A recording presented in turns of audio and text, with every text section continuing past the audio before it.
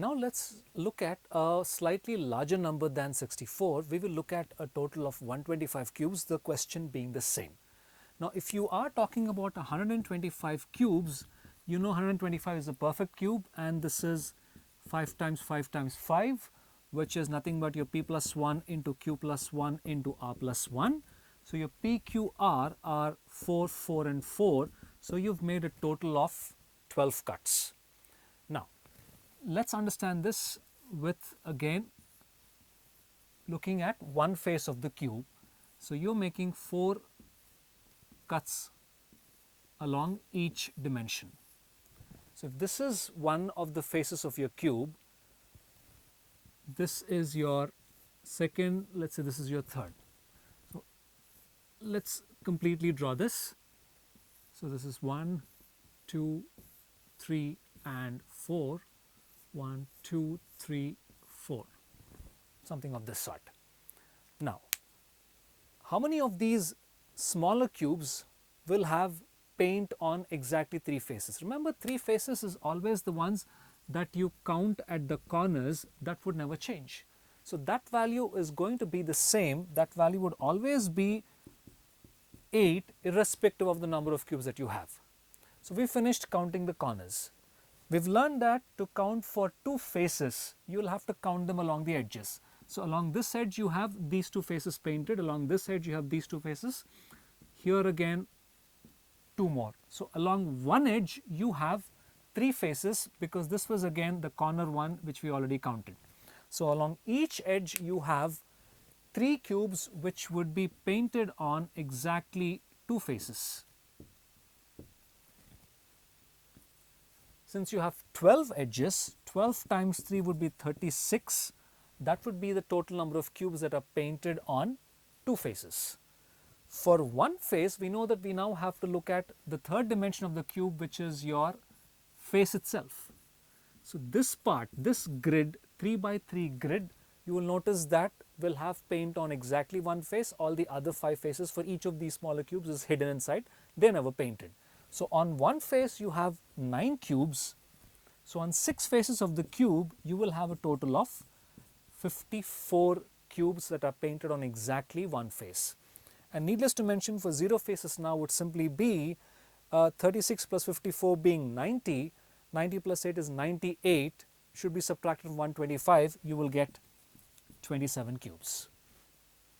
Now, if you were given 1000 cubes, are we really going to draw a grid of this sort, a cube of this sort, and start counting them patiently? So what we have to now understand is there some logical way to generalize this feature? Yes, there is a logical way. This is how you do it. Now remember that this was 4 by 4 by 4. This was 5 by 5 by 5. So let's say you're given a total of n cube number of cubes, which is nothing but n by n by n. Make a quick observation. This value is not going to change. This value would always be 8. For 2 faces, we are looking at multiples of 12. So since there are 12 edges, this has to be 12 times some value. Likewise, for one face, this has to be 6 times some value. Likewise, we'll have to figure out what the logic is for 0 faces. Now observe that this is 12 times 2. This is 12 times 3.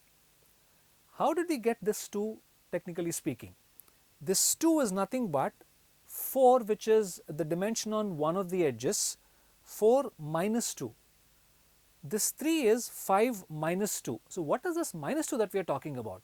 The minus 2 that we are talking about is nothing but those corner cubes that you are eliminating along every single edge. Since one edge will have 2 corners, you are eliminating out 2 such corners along every edge. So here this value should now be 12 times of n minus 2.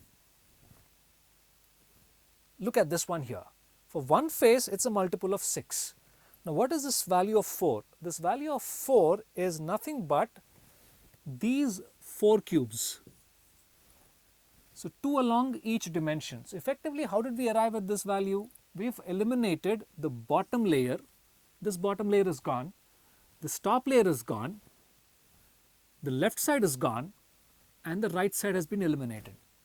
Similarly here, you are looking at a 3 by 3 grid because you have eliminated one layer bottom and one layer top.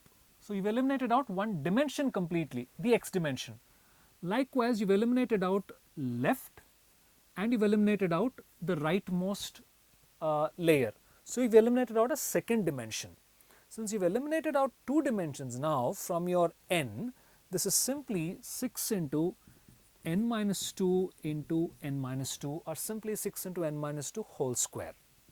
That is how you arrive at this value. So, if you observe here, this 4 is nothing but 4 minus 2 into 4 minus 2, that is 4 minus 2 whole square. Likewise, this 9 is 5 minus 2 whole square. So, now you will be able to find out for any value here. How did we arrive at 0 faces? Observe that 8 and 27 are perfect cubes. 8 is nothing but a cube of 2, this is a cube of 3. So, naturally here, because we are talking about this is a cube of 2, by the logic that we have been going, this is simply your 4 minus 2 whole cube. So, this is your 5 minus 2 whole cube. So, this should naturally now be n minus 2 whole cube, or simply n minus 2 into n minus 2 into n minus 2. The logic for this is very similar to what we have learnt earlier. To arrive at those cubes that do not have any faces painted, remember that you should be counting those cubes that are at the core of the large cube. To arrive at the core, you have to remove layers and layers of the cubes, one x layer on both sides, one y layer top and bottom, one z layer let us say front and back.